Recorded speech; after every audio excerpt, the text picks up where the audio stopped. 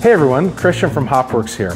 As part of Country Malt Group's malt bag recycling program, I'm here today to show you how to make an easy grain bag log for easy recycling. First, we're going to start with a stack of 40 grain bags. We're going to put the double-sided string away from you, and we're going to cut the right loop. As you unravel the string, it's easy to see how this grain bag turns into a sleeve into which you can insert the other 39 bags.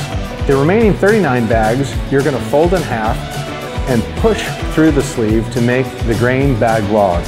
From there, you can simply drop your grain bag logs off at Country Malt Group's Vancouver Distribution Center or give them to your dedicated hot truck driver.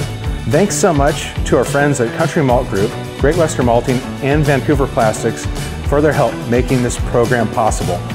If we all participate, we can close the recycling loop on our grain bags and keep up to 200,000 grain bags out of our local landfills. Cheers.